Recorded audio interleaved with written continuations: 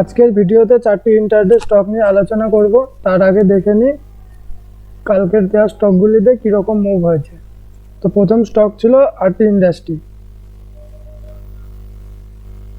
এই স্টকটি নিজে support break করেছে 660-এর লেভেল, এখানে এন্ট্রি হয়েছে।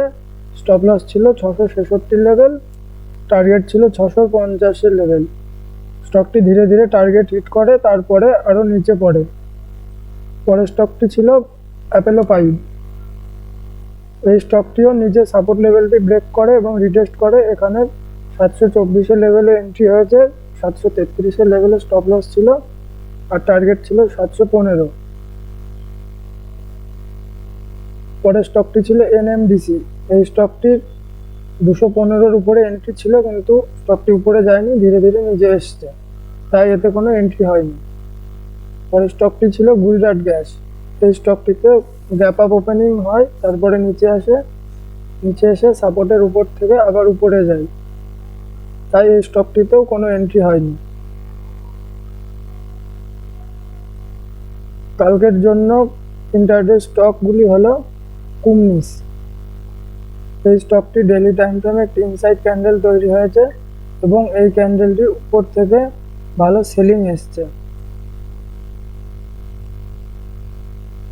15 মিনিট টাইম ফ্রেমে স্টকটি একটি ট্রায়াঙ্গেল প্যাটার্ন তৈরি করছে। কাল যদি স্টকটি 2075-এর লেভেল ব্রেক করে তাহলে আমরা সেল করতে পারি। নিজে টার্গেট থাকবে 2053-এর লেভেল আর পরের টার্গেট থাকবে 2039-এর লেভেল। পরের স্টকটি হলো ইনপেক্ট্রো। এই স্টকটিও ডেইলি টাইম ফ্রেমে একটি বড় বিয়ারিশ ক্যান্ডেল তৈরি করেছে।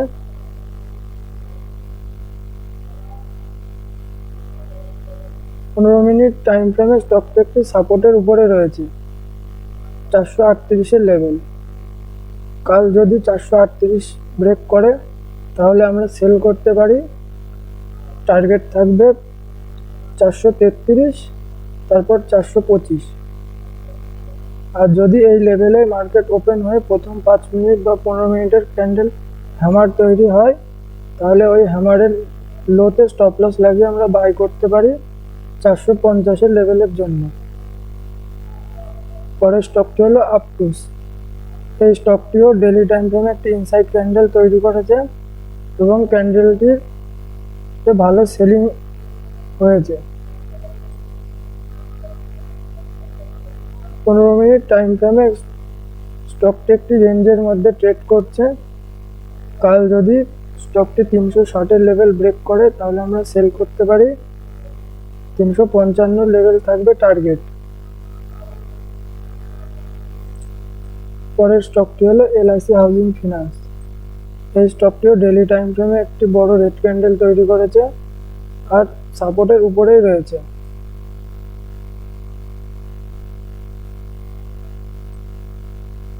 15 মিনিট টাইম ফ্রেমে স্টকটি একটি সাপোর্টের উপরে ট্রেড করছে 553-এর লেভেল।